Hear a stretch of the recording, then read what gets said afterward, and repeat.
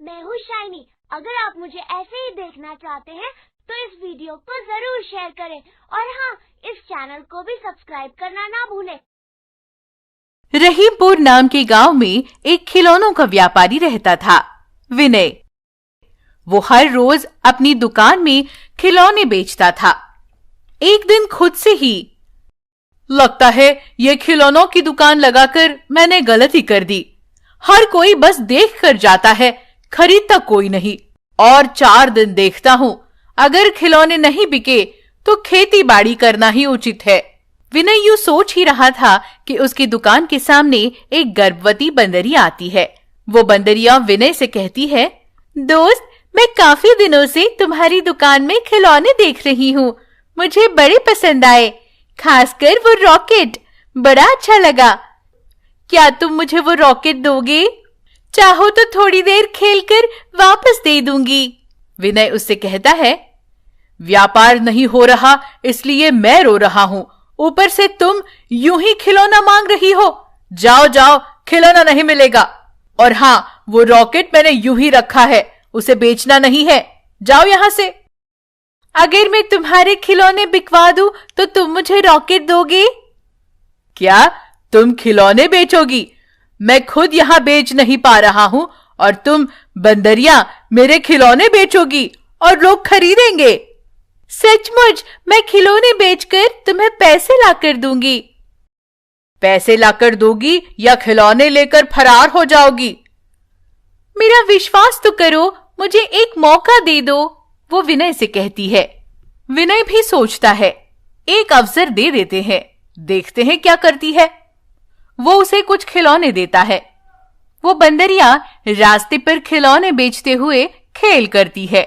लोग उसे देख खुश होकर खिलौने खरीदते हैं और उसे पैसे देते हैं। यूं बंदरिया खिलौने बेच पैसे कमाती है। शाम होने पर विनय के पास जाती है। ये लो, देखो, मैंने सारे खिलौने बेच दिए। अब तो वो रॉकेट मुझे दोगे ना? ओह, तुमने मेरी इतनी मदद की है, मैं बदले में तुम्हें रॉकेट नहीं दे सकता। ये लो। और विनय उसे वो रॉकेट दे देता है। बंदरिया खुश होकर वो खिलौना लेकर चली जाती है। एक पेड़ के पास बैठकर वो रॉकेट से खेल रही थी। तभी उस रॉकेट का आकार बड़ा होने लगा।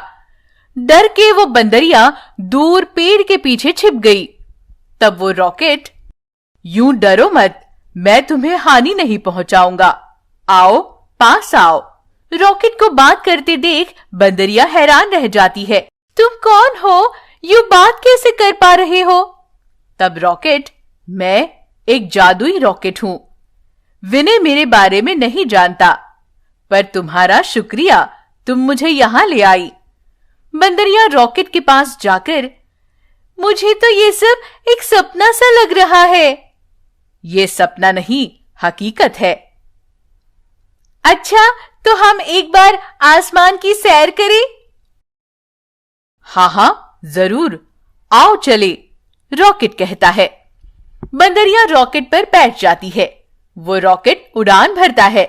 आसमान में बादलों से लुका छिपी करते हुए बंदरिया को मजा आता है। कितना मजा आ रहा है ना? और भी मजा आएगा दोस्त, रॉकेट कहता है। वो यूं आगे जा रहे थे। उतने में बंदरिया को एक जंगल दिखाई देता है। वाह, कितना खूबसूरत जंगल है ये। दोस्त, एक बार जंगल में चले? हाँ दोस्त, चलो चलते हैं।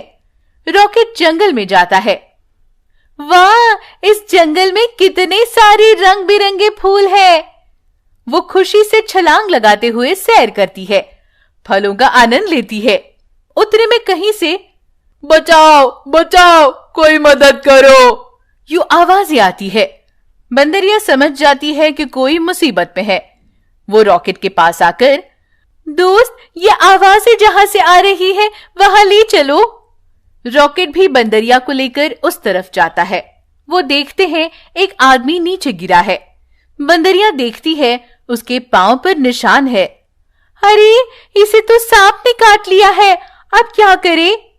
दोस्त, तुम चिंता मत करो, मेरी मायावी शक्ति से वो जहर मैं दूर कर दूंगा। रॉकेट अपनी शक्ति से उस आदमी को ठीक कर देता है।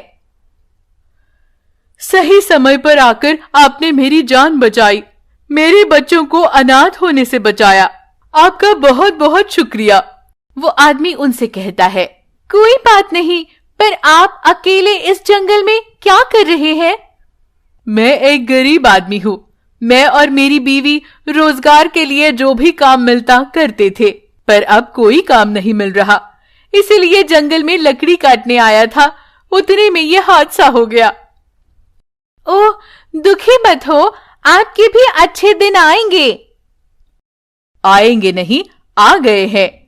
रॉकेट अपनी मायावी शक्ति से सोने के सिक्कों से भरी थैली प्रकट करता है। उसे देख वो आदमी खुश हो जाता है। आपका बहुत बहुत शुक्रिया, अब मैं अपने परिवार के साथ खुशी खुशी रह सकता हूँ। ये सावधानी से घर ले जाना, अब हम चलते हैं। और वो बंदरिया रॉकेट पर बैठ चले जाते हैं। वो आदमी भी सोने से भरी थैली लेकर चला जाता है। रॉकेट और बंदरिया आपस में बात कर रहे थे। बंदरिया कहती है, दोस्त, तुम्हारे पास तो कई मायावी शक्तियां हैं। तुमने उस आदमी की मदद की, वो बड़ा खुश हो गया। अब वो अपने परिवार के साथ सुख से जीवन जी पाएगा। हाँ दोस्त, मुझे भी बड़ी खुशी हुई। वो दोनों यूं बातें कर रहे थे।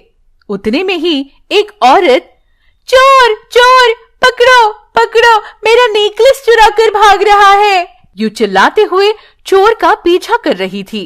वो देख बंदरिया रॉकेट से कहती है, दोस्त, शायद वो आदमी चोरी करके भाग रहा है, इसीलिए वो औरत उसका पीछा कर रही है।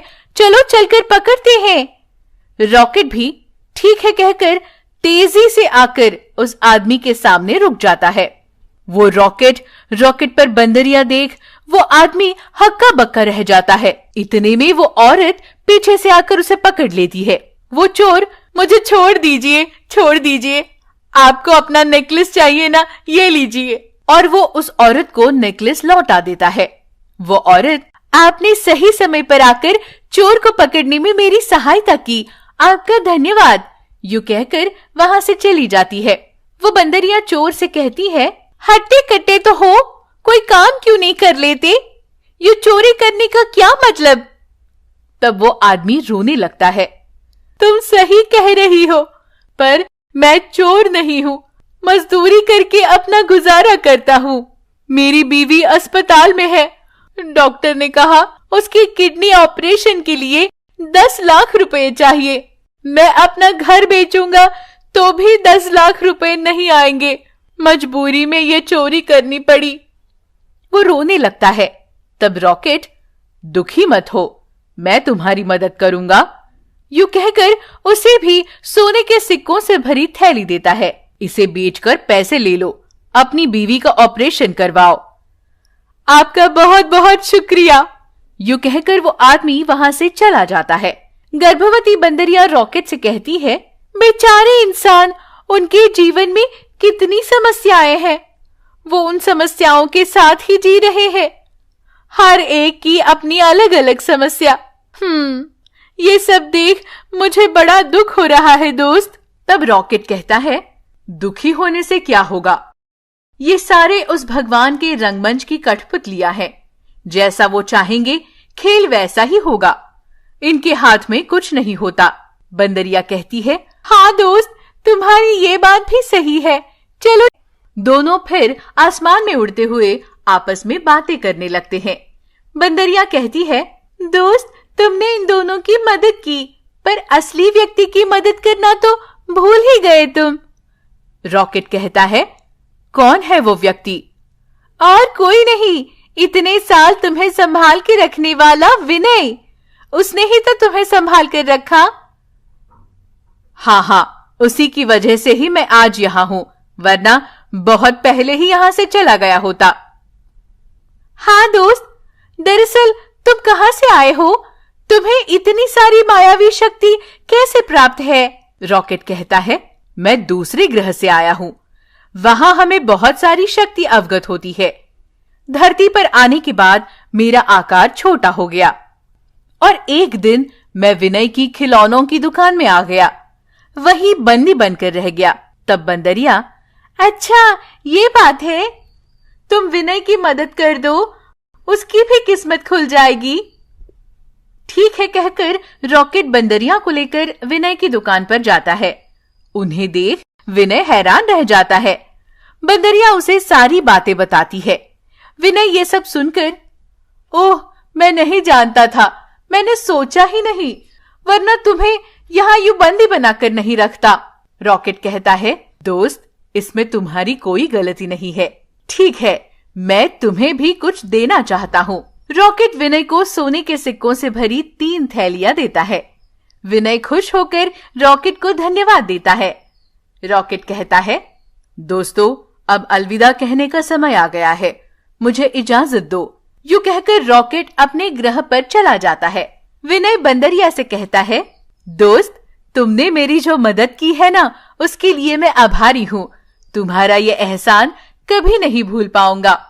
मेरी तो किस्मत ही बदल गई। बंदरिया कहती है, अच्छा दोस्त, तो अब तुम मुझे एक खिलौना दोगी ना? अरे एक क्यों, सारे खिलौने आज से तुम्हारे, ठीक है? बंदरिया ये सुनकर खुश हो जाती है, खिलौनों से खेलने लगती है। विनय भी वो सोना पाकर काफी धनवान हो जाता है। उस गर्भवती बंदरिया का भी ख्याल रखने लगता है और इस प्रकार वो दोनों भी अपना जीवन खुशी खुशी व्यतीत करते हैं।